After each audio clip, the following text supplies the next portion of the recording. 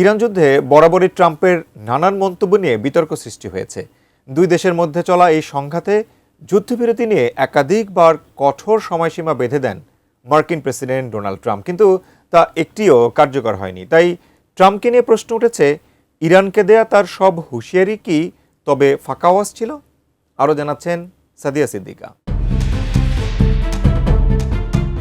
সময়টা ছিল ৪ March, Iran যুদ্ধের পঞ্চম দিন। হোয়াইট হাউসের প্রেস সেক্রেটারি ক্যারোলিন লেভিট বেশ দম্ভের সাথে বলেছিলেন, ট্রাম্প কেবল কথার কথা বলেন না, বরং কাজের মানুষ।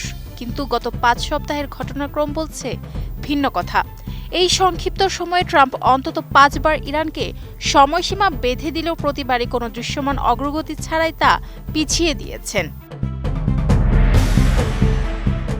ঘটনার সূত্রপাত ২১ মার্চ। ট্রাম্প ইরানকে ৪৮ ঘন্টার আলটিমেটাম দিয়ে নির্দেশ দেন হরমুজ প্রণালী খুলে দেওয়ার জন্য।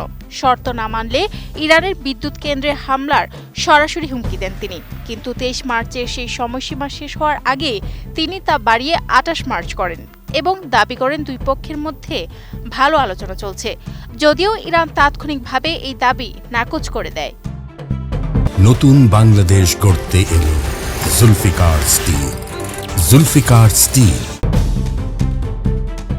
এরপর ২৬ মার্চ আবারও সময়সীমা বাড়িয়ে ৬ এপ্রিল করা হয়। ট্রাম্পের দাবি ছিল ইরান সময় চেয়েছে, কিন্তু তেহরান জানায় কেবল বার্তা আদান প্রদান হয়েছে, কোনো প্রকৃত আলোচনা হয়নি। এই সময়ে ট্রাম্পের সুর আরও করা হয়।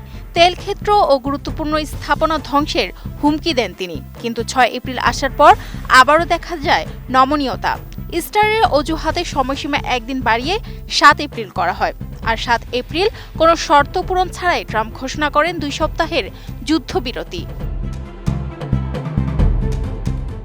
সবশেষ ২১ এপ্রিল ট্রাম্প আবারও অনির্দিষ্টকালের জন্য সময় বাড়ান। এবার তার যুক্তি, ইরান সরকার অভ্যন্তরীণভাবে দুর্বল, অথচ কিছুদিন আগেই তিনি দেশটিকে সব ধ্বংস করে দেওয়ার জন্য হুমকি দিয়েছিলেন।